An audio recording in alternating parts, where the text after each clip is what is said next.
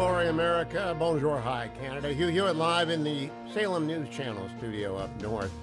Joined by Byron York of the Washington Examiner, Fox News contributor as well. Good morning, Byron. I hope you had a restful Labor Day weekend, tragic though it was with the execution of the 6 hostages, including an American, and as revealing as it was about Vice President Harris and what I think was her peak moment the minute before the Dana Bash interview aired. The Labor Day holiday traditionally marks the opening of the presidential campaign. Where do you think it stands? Well, I think first of all, the thing you can say without any doubt at all is that Democratic enthusiasm is way, way higher than it was when Joe Biden was the candidate. I mean, all you had to do is look at that event in Philadelphia yesterday, Biden doing his yelling old man thing, and Kamala Harris, being a candidate. I think Democrats, they look and they act like an enormous burden has been taken off their shoulders, and it has. Okay, so a lot more Democratic enthusiasm. The polls have changed a little bit in that Trump had a lead, close to significant lead, before the switch. Now it appears to be close to tied.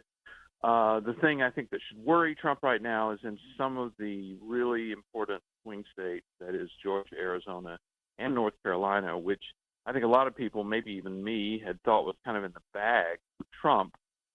They are now possibly in play. Does not mean he's going to lose them, but possibly in play.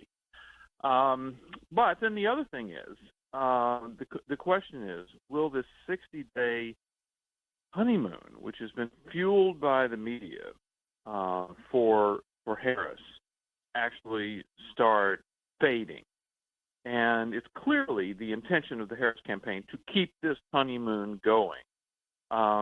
Or will the CNN interview, which you just made a quick reference to, which was not confidence-inspiring, will that start the beginning of a time in which the more people hear from her, the less confidence they have in her? So we'll have to see, but I think that's where things stand now.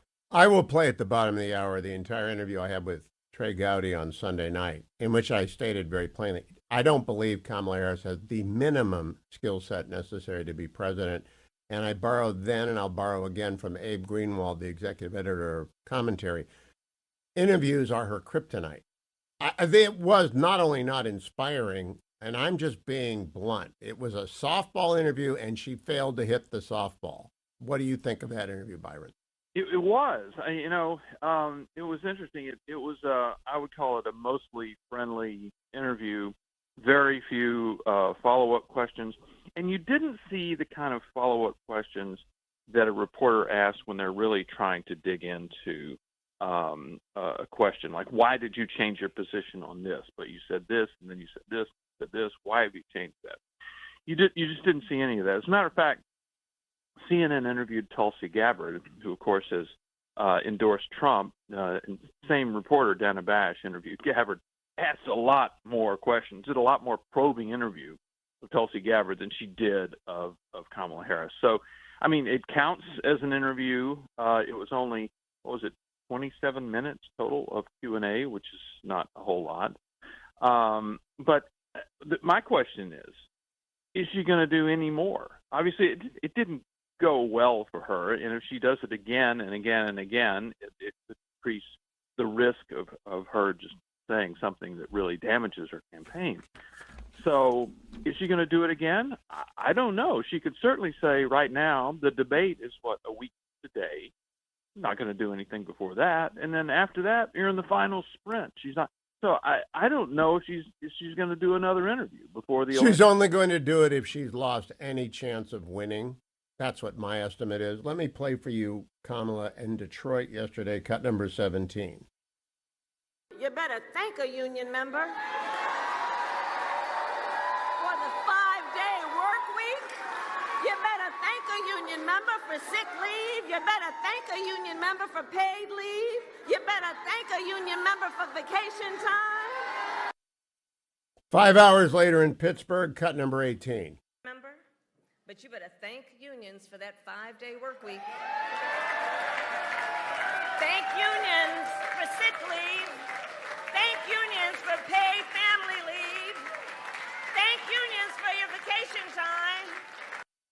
What happened to her in the 5 hours bunch? She get hit on the head? I was actually listening to that one, the first one, the Detroit one, and I was kind of amazed. I mean, it was I heard you ask David Drucker, have you ever heard that before? I'd never heard it before from her.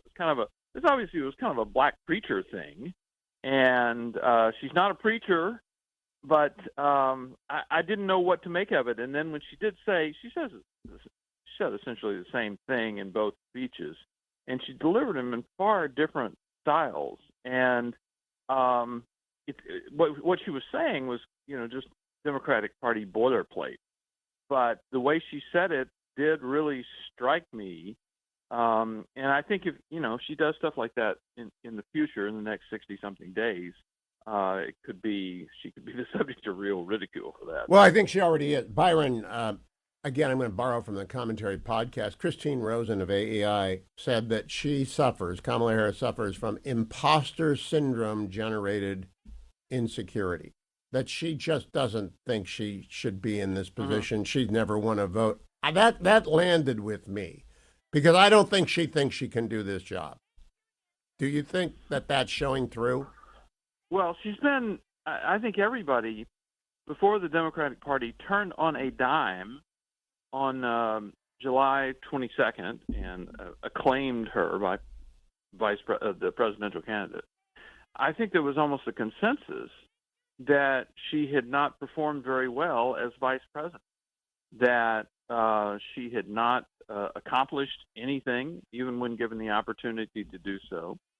She had run a very chaotic and angry and divided office. I mean, people leave her employment in droves, and that she had not made any mark as vice president. And if you remember, back in those long ago days, a couple of months ago, there was a lot of debate about if Joe Biden were to pull out of the race or couldn't continue, who would be the presidential candidate. And there were a large number of Democrats who did not think it should be Kamala Harris for the very reason that you just said. She really couldn't be president. It involves what George W. Bush called being the decider-in-chief, and I don't think she has the ability to do that. Byron, let's close by talking about the catastrophe in the tunnels of Gaza. On Thursday night, in a little noted part of the interview, Dana Bash asked the vice president about the Israeli-Iran war. That's what I call it. And she said 4 times in one answer, we must have a deal, we must have a deal, we must have a deal, we must have a deal. Yeah. Not long thereafter, Hamas executed 6 of its hostages. I'm not connecting the two events, it's just chronology. She has said nothing about that since then. I was astonished by the answer and its vacuity when it was delivered, but does she have do you sense that she has any understanding of what Hamas is and how Iran operates? Well, I'm looking at a tweet that she sent out yesterday at 1 p.m. And it said, today, POTUS and I met with the U.S. hostage deal negotiation team. The murders of the hostages was a brutal, barbaric act by Hamas terrorists. As POTUS said, Hamas leaders will pay for these crimes. And then the next paragraph is, it is long past time for a ceasefire and a hostage deal. Now, here's the thing. What I can't figure out here is, listen, I understand Israelis are deeply divided on this. I see the demonstrations over there. But it looked to me that this was the worst possible outcome, that by executing these hostages, Hamas was saying, we don't give a damn about a ceasefire, and y'all can continue to negotiate all you want to, but this is what we do. And I can't really figure out how you see this brutal and vicious attack by the enemy and then say, well, we've got to keep negotiating. We've got to keep. That's what she did. I don't either, Byron, because it's not unlike Neville Chamberlain coming back from Munich and saying, because I remind everyone, a week ago, 10 days ago, Blinken said Netanyahu agreed to every part of the bridging detail, and then Hamas executes 6. I can't understand what Biden is incapacitated. She's just not competent. And Tony Blinken is running it, and Jake Sullivan is running it, and they don't know what to do. Byron York can be followed on X. You can see him on Fox News and on Fox Business, and you can read his daily Washington report in the Washington Examiner. Thank you, Byron.